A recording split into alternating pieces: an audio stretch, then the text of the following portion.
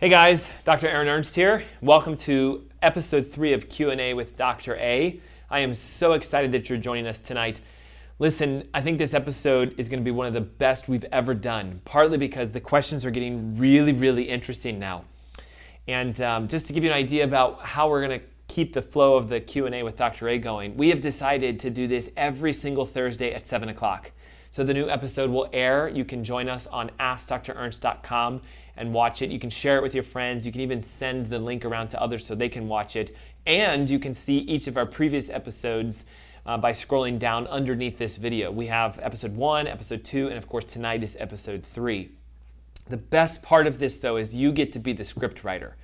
So if you have a question and you want a real answer in regards to your health, scroll down, you'll see a section that says to submit your questions, click here, and it'll take you directly to our question and answer portal where you can just type it directly into us. It's confidential, no one else sees it, it comes straight to me, and I'll answer it on one of our up and coming episodes. So let's take a deep dive. It's 30 minutes and we're gonna have a lot of fun tonight. Okay, so first question is, can you explain the Ludwig Fat Supplement Protocol? And it's a loaded question because a lot of you probably have no clue what the Ludwig protocol is. Basically, to bring you up to speed, Dr. Budwig discovered a cure for cancer years and years ago, and it involved combining flaxseed oil and cottage cheese together in a specific ratio to increase your healthy fats and to actually activate the natural anti-cancer properties of flax. Now, you may think like that sounds disgusting, and while it does have a very unique flavor to it, it's actually been proven that if you consume this on a regular basis, you can decrease inflammation, which is one of the number one causes of cancer. You can change your fat ratios, which helps your cancer cells to die and helps healthy cells to live. And you can encourage a natural apoptosis or cellular death within cancer cells. The reason it works so well is partly because the oils themselves have a carcinogenic property, and sulfur is found within cottage cheese. And so when they work together, it sort of makes this cocktail that kills cancer cells. So here's how you make it. You take 1 tablespoon of flax seed. You take 4 tablespoons of cottage cheese. Of course, we want grass-fed and organic. You take 4 tablespoons of cold pressed flaxseed oil and 1 to 3 teaspoons of coconut cream. And basically, you blend all that together into a paste, and then you consume it. It has somewhat of a unique flavor, so for those of you who try it and go, oh, remember, it's anti-cancerous, and sometimes the healthiest foods for your body don't taste the best. But over time, your taste responses can change, and usually that stuff is amazing. I would suggest, if you want more information about it, type in Dr. Budwig, B-U-D-W-I-G. So the question said Ludwig, but actually it's Dr. Budwig. So Dr. Budwig's Flax Protocol, and you can Google that and read all about it. Next question says, what do I eat when I'm needing to fast on this intermittent fasting protocol? So here's the thing. Fasting, of course, means you're not eating anything. So what do you eat when you're fasting? Technically nothing. But there's certain things you can consume that can help you to reach the time frame of when you can eat. So as a quick summary, intermittent fasting means not eating for a period of time, eating for a period of time, and doing that on a daily basis. Generally speaking, we eat from noon to 8, and we don't eat from 8 to noon. So of course, in the evening, it's pretty easy. You can just sleep. So you'll have 6 or 7 or 8 hours where you're fasting. But it's that hard point in the morning when we wake up. The classic, for most of us is to have breakfast. So we want to stop eating breakfast and hold off at least until noon. So what can you eat when you're fasting? Well, you can drink water. You can have broth. You can do something that I am a big fan of called bulletproof coffee, or making your coffee rich with fats. And you can have tea. So here's what I love about the fats. If you consume straight fats during a fast, it won't sabotage the process of your body basically bringing your insulin levels to normal and burning through your sugar restores. The way you can do this is by basically taking fats and eating them directly. So coconut oil, MCT oil, and butter are my 3 most favorite fats. You can eat them directly, so right out of the jar. 1, 2 for the coconut oil. MCT oil is liquid, so you can pour it into a glass and drink it. Butter, of course, you cut it and you eat it. But most of you are probably going, my gosh, that doesn't sound appetizing. So since they're oils, they'll melt into things that are hot. So make a cup of coffee, have it be organic, fully caffeinated, because it has some detoxification processes behind it, and then put those oils inside of that cup of coffee. So 2-2-2 is the golden rule. 2 tablespoons of MCT oil, 2 of coconut oil, and 2 of butter. That's what you can eat while you're fasting. Probably not the answer that you wanted though. Next one says, I have terrible constipation. And yes, we're going to talk about some interesting ones again. Very hard stools, and I'm forcing myself to drink large quantities of water, eating lots of bran, applesauce, prunes. Nothing's working. I've had this problem my whole life. Can you help me out? Yes. Okay.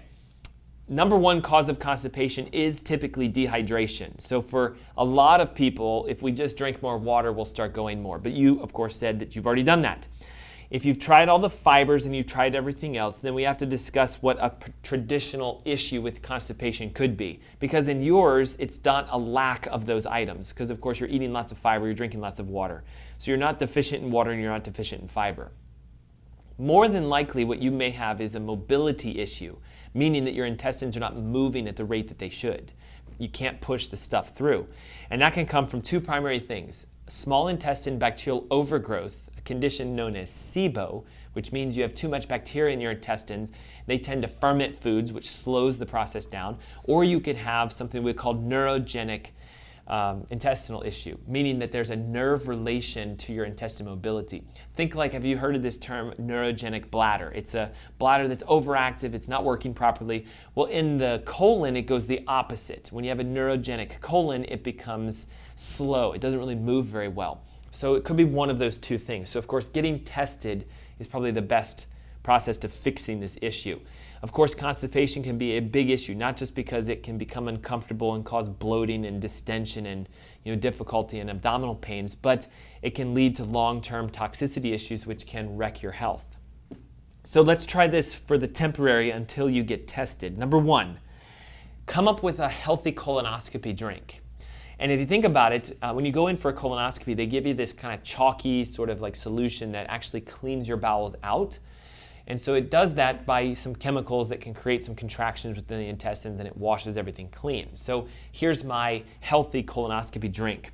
1 teaspoon of magnesium citrate, 3 grams of raw vitamin C, 1 tablespoon of MCT oil.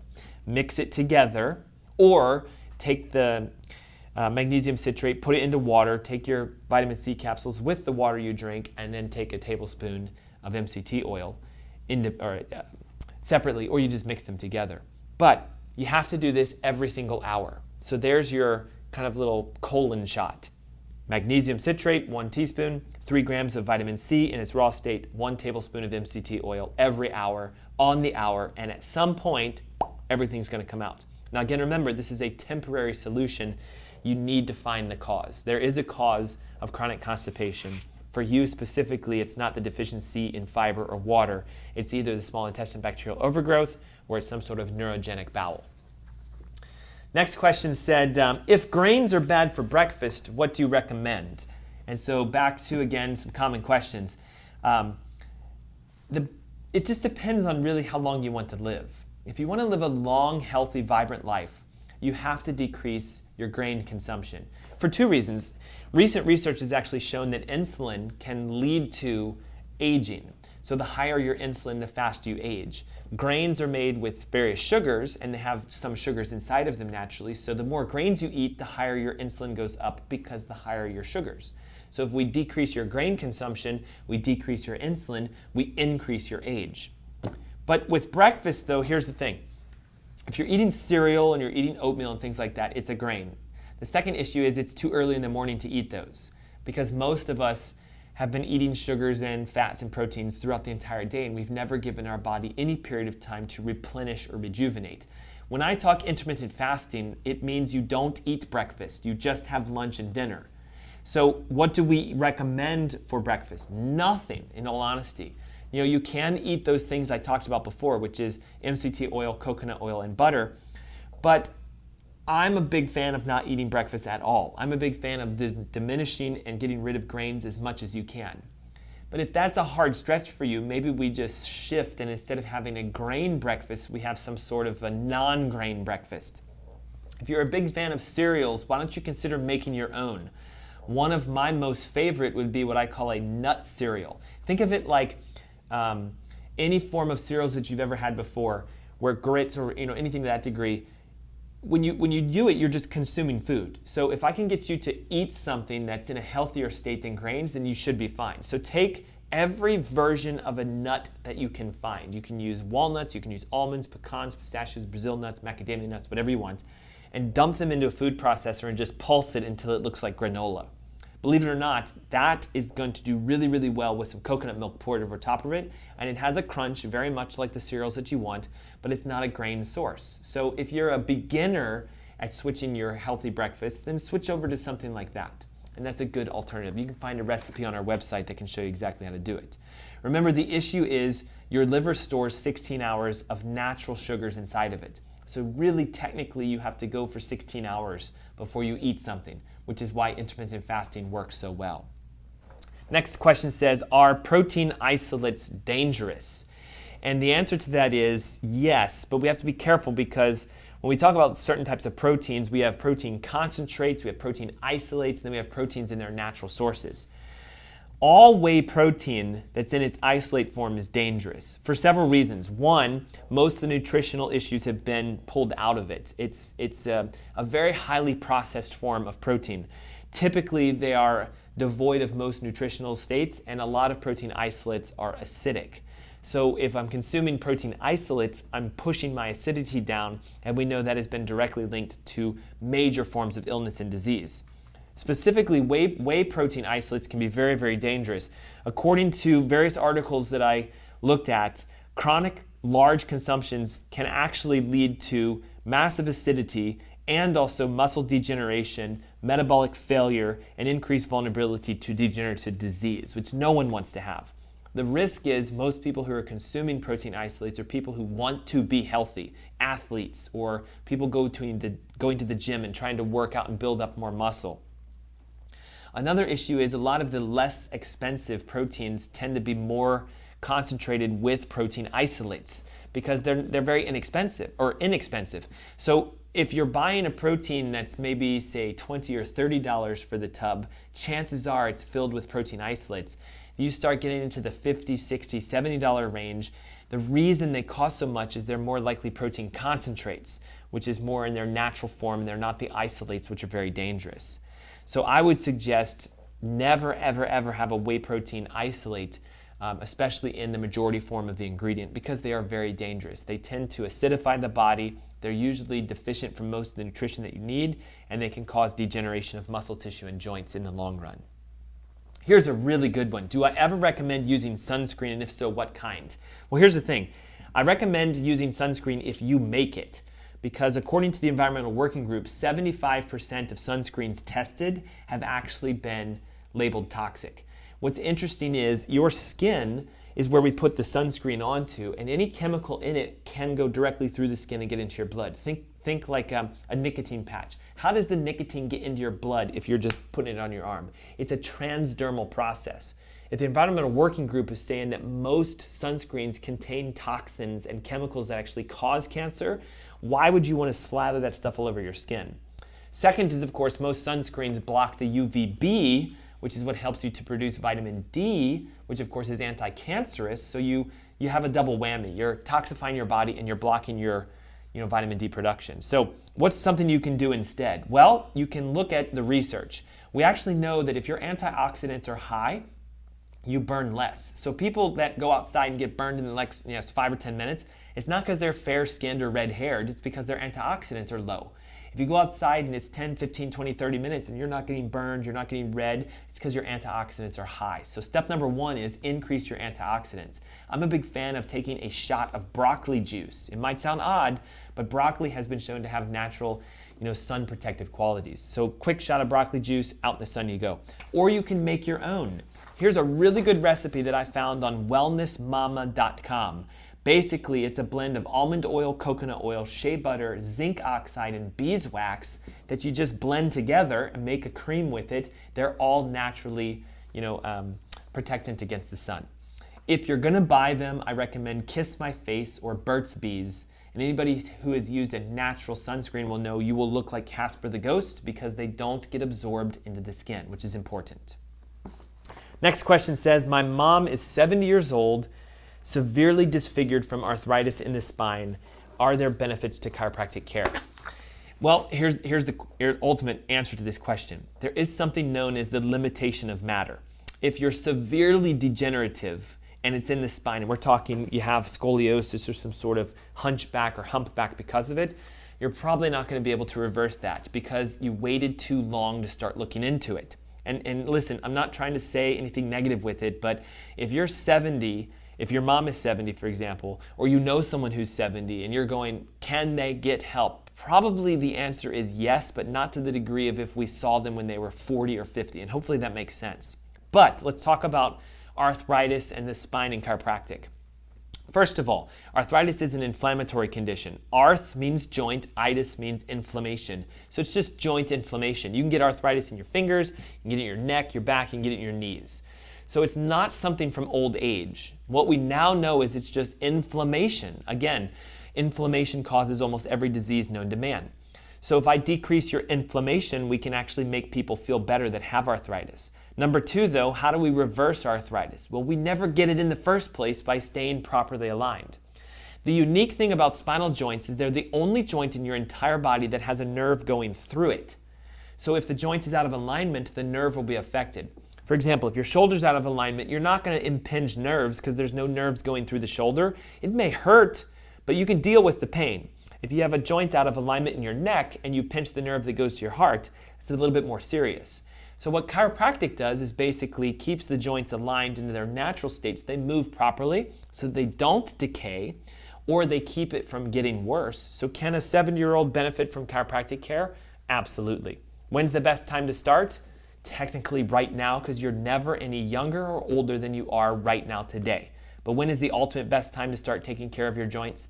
The moment that you start using them, which is the second you come out into this world through your mother's birth canal. That's, in my opinion, when you should be getting your joints assessed and checked regularly. If you missed it, right now is the best time to start. Next question says, when eating out, can I assume that lamb, bison, elk are all grass-fed? Or is there some way to know? You know what? This is a huge question that I get asked a lot. Traditionally, lamb and bison and these sorts of things that you find at most of your restaurants were grass-fed because that's the only way most people raise them. But now because of the demand for lamb and bison and everything else is going up, we're starting to find certain farms beginning to herd them or sheep them or produce them in a larger quantity. And the only way to do that is unfortunately to start feeding them grains. Doing some research, I found out that most lamb and bison in your traditional restaurant is probably grain-fed. So how do we find out? Well, first you can ask the waiter, hey, is the lamb tonight grass-fed? They're probably not going to know, so they'll have to go back in the back and ask. You have to tell them who to ask, though. This is something interesting I found out. Most of them will go talk to the manager. The manager usually just manages the restaurant's business side of things, not necessarily where they get things from, but just how much they cost. So the best person to ask is the chef, because the chef is the one preparing it. Now, some places the chef doesn't know because the manager's in control. So it's best to say, can you ask the manager and the chef where this came from and is it grass-fed? If they come back and they say, we don't know, probably it is grain-fed. But they may come back and say, well, it is grass-fed, and then you could say, okay, great, and I order it. Or you may ask, well, where do you guys get it from? What farm specifically? They may be able to tell you the farm. Today, a lot of restaurants that are farm to table will actually list the farms for you. But now the ultimate thing becomes you have to go to the farm's website and find out if they feed it grass or not. This can become a challenge. So traditionally, what I like to say is you're on a safer bet with lamb and bison than you are with, say, steak and other things to that effect. But just know that in today's type of world, you're definitely going to have to ask. Now, the second half of your question, though, said elk. And the unique thing about elk is it's pretty much a wild game, just like deer. So if you're getting elk at a restaurant, somebody probably went out and got it for them, which means it's traditionally kind of wild caught or wild, produced. And a lot of elk and deer, they eat the natural grasses, including various herbs. So traditionally, a lot of elk and venison and deer is, wild caught, if you'll call it, and also, grass-fed because it's naturally produced. Next question says, my vitamin D levels are very low, 14 to be specific, and my doctor gave me vitamin D2 at 5,000 units and said take it once a week. Is this safe? First of all, absolutely not. D2 is a synthetic form of vitamin D. It is the prescription vitamin, and it is the worst one you could ever take to raise your vitamin D levels. Why? Because the test is testing D3. Let's think about it for a second. That would be like saying, hey, my estrogen levels are low, and my doctor gave me testosterone to fix it. It's just not going to happen. So D3 is what you need to consume in order to bring your D3 levels up. Second, 5,000 units is in a week basically nowhere near enough. Doing the math on it, you're not even looking at a couple hundred units on a daily basis. According to the Vitamin D Council, if you want to raise your levels to the normal reference ranges, you at level 14 would need to take 11,000 units a day for roughly 90 days. That's according to Vitamin D Council, and that's if you weigh 150 pounds. So 5,000 in a week is not going to do anything. Let's just talk, of course, across the board for anybody who has a vitamin D level that's too low. Normal vitamin D ranges are 30 to 60 if you're going to a medical doctor. I like to say 60 to 100 because the research, the science, and the studies show the higher your vitamin D, the longer you live, the less cancer you have, the better your hormones work and everything else. Traditionally, 5,000 a day is maintenance for me.